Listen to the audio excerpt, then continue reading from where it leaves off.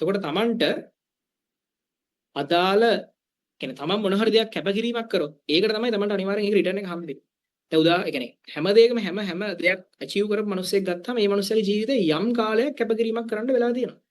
මොනම පොසිෂන් එකකින් දැන් කවදාවත් ඔයාලා හිතන්න එපා ඇචීව්මන්ට් එකක් ගත්ත කිසිම මිනිස්සෙක් අර සාමාන්‍ය මිනිස්සු වගේ සියලු දේවල් හැම දෙයක්ම කර කර නිකන් සැපේ ඔහේ හොඳට කාලා බීලා සතුටින් ඉඳලා එහෙම ඇචීව් කරන්නේ නැහැ කිසි දෙයක්. ඇචීව්මන්ට් එකක් කරන කාලය තුලදී තමන්ගේ ජීවිතේ පරිවර්තනය කරන කාල තමයි අඳුරුතම කාලය වෙන්නේ තමන්ගේ ජීවිතේ බොහෝ විට. පස්සේ ඒක මාර සතුටින් මතක් කරන්න පුළුවන් කාලයක්. හරි. මාර සතුටින් මතක් කරන්න පුළුවන් කාලයක් වෙනවා පසු කාලේ. හරිද? ඒ නිසා ඒක හරි වැදගත්. එතකොට දැන් ඉස්සරහට අපිට පේපර්ස් තියෙනවා. එතකොට මේ පේපර්ස් ගත්තොත්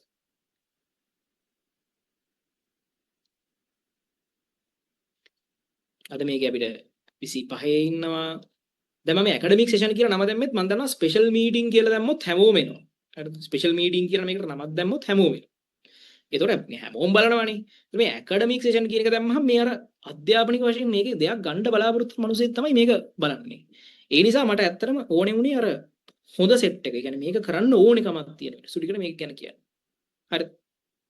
ඊළඟට මේ ඊට පස්සේ අපිට ඉස්සරහට තියෙන මම ප්ලෑන් එක ගැන කියන්නම්. දැන් ඔය 25 පන්ති ගත්තොත් මේන් එක්සෑම් එක කලින් තියෙන බදාදා සහ බ්‍රහස්පති දවස් දෙක රිවිෂන් පන්ති නිවාඩු දෙනවා මේන් එක්සෑම් එක තියෙන නිසා.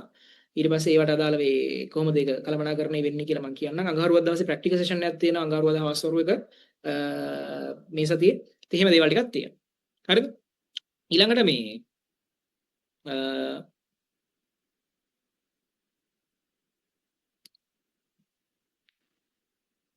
ට්‍රැක් පැනපු අයත් මෙතන නැතුවාම නොවේ. අනිවාර්යෙන්. කියන්නේ ට්‍රැක් පැන්න ඔයා මේක බලන්නේවා ට්‍රැක් එකට එන්න ඕනේ හින්දානේ. ඒ නිසා මෙතන මම මේ කියන්නේ සියලු දේ තීරණය කරන්නේ තමන්ගේ ඔළුවෙන් හරියද?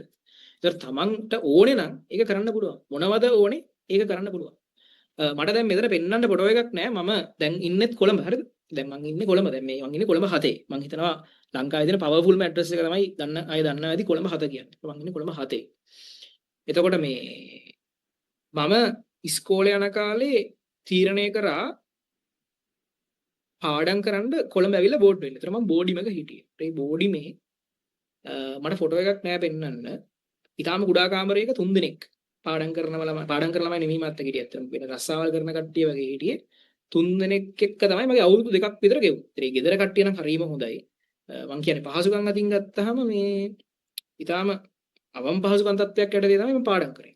ඒ පාඩම් කරපු කාලේ සහ ඊට පස්සේ සමස්ත කාලේ ගත්තාම එතනින් පස්සේ ගෙවිච්ච මේක ගොඩනගාගෙන යන කාලේ ගත්තාම ඇත්තරම අර කාපු කට්ටවල් ගොඩක් වැඩි විදපු සැපට වඩා. හරිද? ඒත් අවසානයේදී ඒකෙන් සිද්ධ වෙන පරිවර්තනය මාර ප්‍රබලයි. ඒ පරිවර්තනය. මොකද පරිවර්තනය කියන්නේ සමාජ පරිවර්තනයක් වෙන්නේ. දැන් හිතන්නකෝ ඔයා මාර පොරක් වුණොත් ඒක ඔයාගේ මුළු පවුලම උඩට ගෙනියනවනේ. ඒ පවුලකින් එකෙක් විතරක් තමයි එහෙම තීරණයක් ගන්න සාමාන්‍යයෙන්. පවුලකින් දෙතුන් දෙනෙක් එහෙම තීරණයක් ගන්න අඩුයි. සාමාන්‍යයෙන් පවුලක එකෙක් තමයි එහෙම තීරණයක් ගන්න. අර මගේ පවුලම මං නෙක්ස්ට් ලෙවල් එකකට ගෙනියනවා කියලා තීරණයක් ගන්න පුළුවන්. ඒ නිසා ඔයාලා දැකපු නැති දේවල් ගොඩක් තියෙනවා. ඔයාලට එක්ස්පීරියන්ස් කරන්න ගොඩාක් දේවල් තියෙනවා. මේ ලෝකේ මේ ලංකාවේ පවා එක්ස්පීරියන්ස් කරන්න ගොඩක් දේවල් තියෙනවා. ඒ නිසා තමන් ගැන කොන්ෆිඩන්ස් එකකින් ඉස්සරහට යන්න. ඒක ගොඩක් වැදගත්. හරි. ඊළඟට මේ දැන් ඊළඟ වැඩේ. හරි.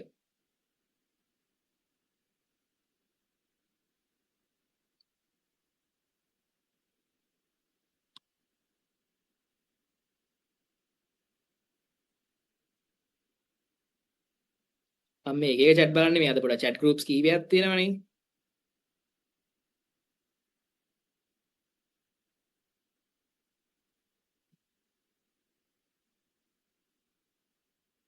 හරි. නෑ අම්මලා ඉන්නේ මෙතන නෙමෙයි. අපේ අම්මලා ඉන්නේ ගෙදර. මං කලින් හිටපු ගෙදර නෙමෙයි එතන. රූම් 2 එකක් රූම් එක නෙමෙයි මෙතන. අප්පාර්ට්මන්ට් එකේ ඉන්නේ මම. රූම් එකක් නෑ. වටේ පෙන්වන්න කියන්නේ.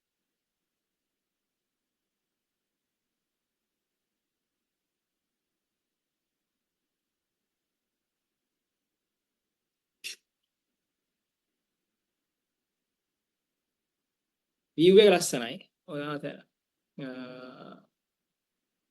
මේ රැට පේන්නේ නැහැ මේක. ඒ කියන්නේ මූද තියෙන්නේ. හරිද? බඩේට ඒ කියන්නේ ඈත මූද තියෙන්නේ. රැට මේක හරියට පේන්නේ නැහැ. අතන නෙළුම් කුරුණෙන් එහා පැත්තේ මූද තියෙන්නේ. ඊට පස්සේ මූද පේනවා දෙද්දට. කොහොම තමයි තියෙන්නේ.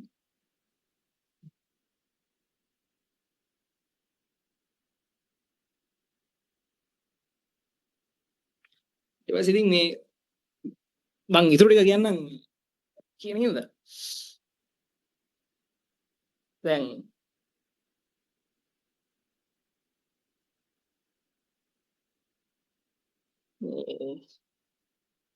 හරි.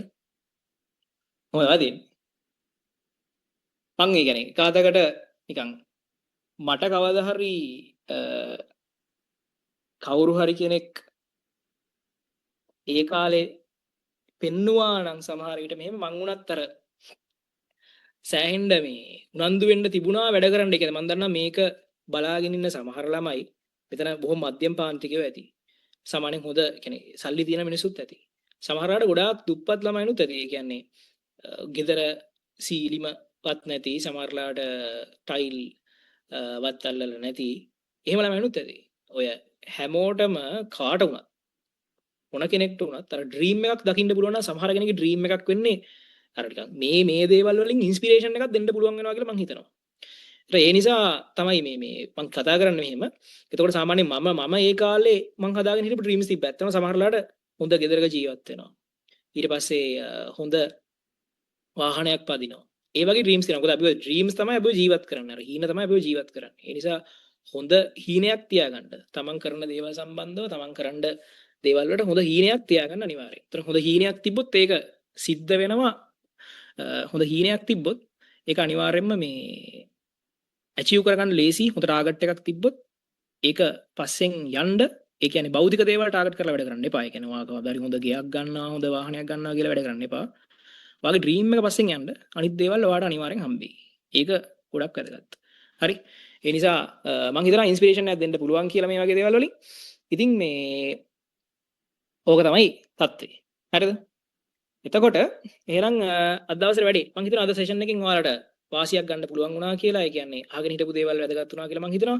එක එක මේන් එක්සෑම් සම්බන්ධව තියෙන වැදගත් කාරණා ටික මම ඉස්සරහට දාන්නම්. අපි අංගහරුවාද සෙෂන් එකකින් 25 ළමයි හම්බෙනවා ප්‍රැක්ටිකල්ස් වලට. ඊට පස්සේ අංගහරුවාද උදේ නුවරපන්තියක් තියෙනවා. අනිත් සෙෂන්ස් ටික කොහොමද වෙන්නේ කියලා සහ වැදගත් කාරණා ටික මම මේ කියන්නම්. මැසේජ් එකකින් මට අද කියන්න ඕනුනේ පුළුවන් තරම් මේ ඔයාලට පේපර්ස් කරගන්න විදිය සම්බන්ධව වැදගත් දේවල්. හරිද? ඉතින් තව අවසාන වශයෙන් කියනවා නම් ඩ්‍රීම් එකක් හදන්න. අනිවාර්යයෙන්ම හොඳ ඩ්‍රීම් එකක් හදන්න. හොඳ තැනක ඉන්නවා. සැපවත් තැනක ජීවත් වෙනවා. වැඩි කාලයක් යන්නේ නැතුව අවුරුදු 30කට කලින් හෝ එහෙම කාලයකදී හොඳට ජීවත් වෙනවා. මොකද ඔයාගේ අම්මට තාත්තට හොඳ තැනක් දෙනවා ඔයා.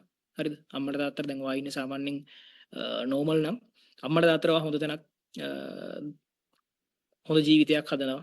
ඒ වගේ දේවල් ඔයාගේ ඩ්‍රීම් එක කරගන්න. ඒක ගොඩක් වැදගත්. අනිවාර්යෙන් ඔයා කරපු කැපකිරීම වලට තමයි ඔයාට රිටර්න් එක හම්බෙන්නේ. ඔයා කරපු කැපකිරීම තමයි අවසානයේදී ඔයාගේ වැලියු එක විදියට ඔයාට එකතු වෙන්නේ. ඒක හරි වැදගත්. හරි. එහෙනම් මම හිතනවා සෙෂන් එකේ ප්‍රයෝජනයක් ගත්තා කියලා.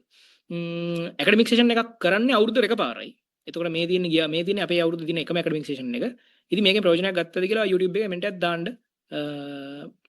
එහෙනම් මෙතනින් අද දවසේ වැඩේ ඉවරයි. මම කියපු කාරණා ටික ඇනලයිස් කරන්න පේපර්ස් ලියද්දී ඒව ගැන හොඳට හිතන්න. එහෙනම් මෙතනින් අද දවසේ වැඩේ අවසానයි. හරි.